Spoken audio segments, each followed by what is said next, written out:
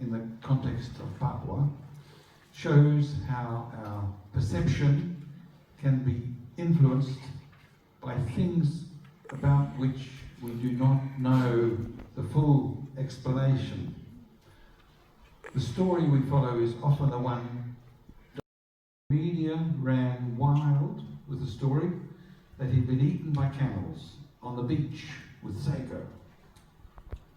Probably we've all heard of Michael Rockefeller, and we may also know that when the tragedy occurred in 1961, Michael's father was governor of New York and later became vice president of the United States. Michael Rockefeller was an heir to the Rockefeller fortune. During the last century, it was massive profit from oil, the oil industry. It was the largest multinational in the first half of the last century, biggest company, but it was just one of hundreds of companies owned by Rockefeller. Can you show the slide, Rockefeller slide? Flight? Slide, yeah. Oh, slides, yeah. I will, yeah. Yeah, but I haven't, yeah, okay. I haven't got any slides on how big or how rich the Rockefellers were. I'll leave that to your imagination, but I'll just talk about Michael. Eh? So when I say Michael Rockefeller, most of us would immediately think of camels because we've been brainwashed by the massive world campaign that occurred when Michael disappeared in 1961. Even today, documentaries are still being made, books published, and articles in the media. There's even been a stage production in New York on Michael Rockefeller. It's ridiculous. What we were told was one thing, what actually happened was quite another. Let me start by saying that for over a decade, I had 13 interviews with General Nasution, former head of the Indonesian Army. The last interview was in 1996. He conducted his own investigation into the disappearance of Michael Rockefeller. And General Nasution himself told me that the story about being eaten by cannibals was totally untrue. I agreed with him and told him why I agreed, because I reached my conclusion after interviewing the person who was with Michael Rockefeller, that's him in the photo, when Rockefeller was 23 years of age. The person I interviewed was René Wassink, a Dutch anthropologist who was a few years older than Rockefeller, and he'd been given the job of going with Rockefeller so he wouldn't get into any more trouble. When I spoke with him, he was working in a museum in the Netherlands. He's passed away now.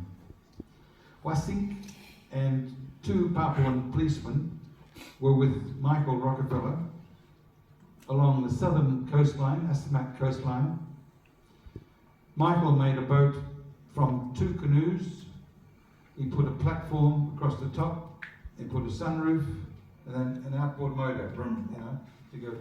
But when you have the two canoes, anyway, it was not a good boat.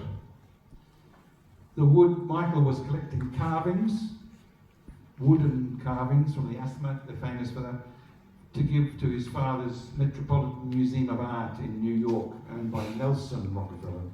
Michael and his three companions, two policemen, René Wassink, they stayed for villages. They go along the coast and staying in villages. There was only one outboard motor, and they're travelling slowly along. Missionaries, anthropologists, linguists, they'd all been in this area before for the previous 5 years. There was even an oil company exploration team nearby, owned by Nelson Rockefeller, drilling for oil near the river where the tragedy occurred, where the boat turned over, the accident which caused Michael to disappear.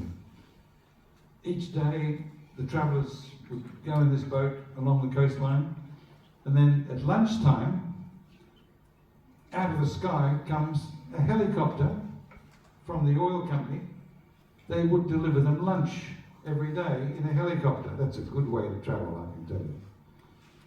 So they got lunch, and Michael wrote in his diary, oh, what good food. He was delivered by helicopter, and he wondered what he was going to be at for lunch tomorrow, things like that. You know.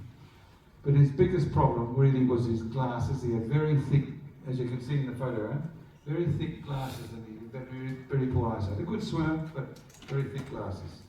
Michael Rockefeller had come to Netherlands, New Guinea in mid-61 with a group, they call it Harvard Peabody Expedition. They were making a documentary and writing a book. The documentary was about the asthma, called The Dead Birds, it was called. The documentary was by Robert Gardner, and it was intended to show that the Dani people, the same people from Archibald, who called Shangri-La, he wanted to show that they were primitive, too primitive to basically do anything. Yeah? The book that the author wrote, John Matheson, he wrote Under the Mountain Wall, a book, 1927, 2014 he did. It was funded by the CIA, okay? Funded by the CIA to write the book. And Matheson, he was a well-known writer, in later years he apologised. He said he regretted doing what he did, writing this book, you know, because he was paid a lot of money from the CIA, and it was propaganda basically, and he confessed. Gardner, the man who made the film, he never said sorry, you know? He just got the money and went. The book was saying the same thing as the documentary, that these people were too primitive to govern themselves. Huh?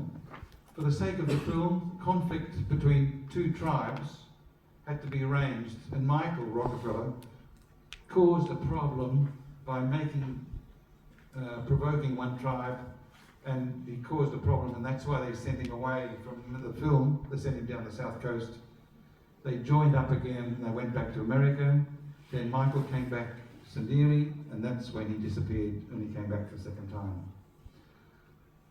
The Dani people and the Balim are the same people as Archibald explored in 1938 in the Cuba.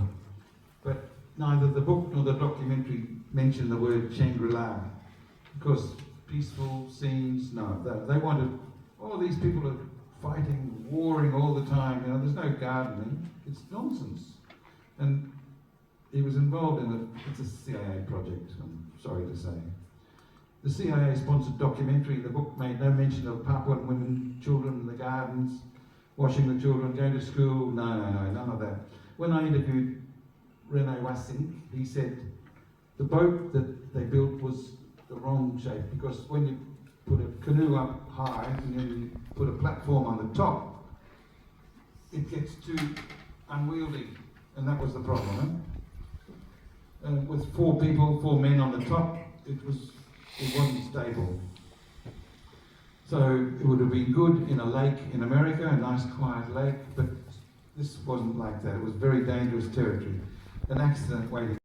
Belum ada implementasi, sehingga beliau membutuhkan ada suatu kejelasan dari negara terhadap Papua. Itu penjelasannya. Terima kasih.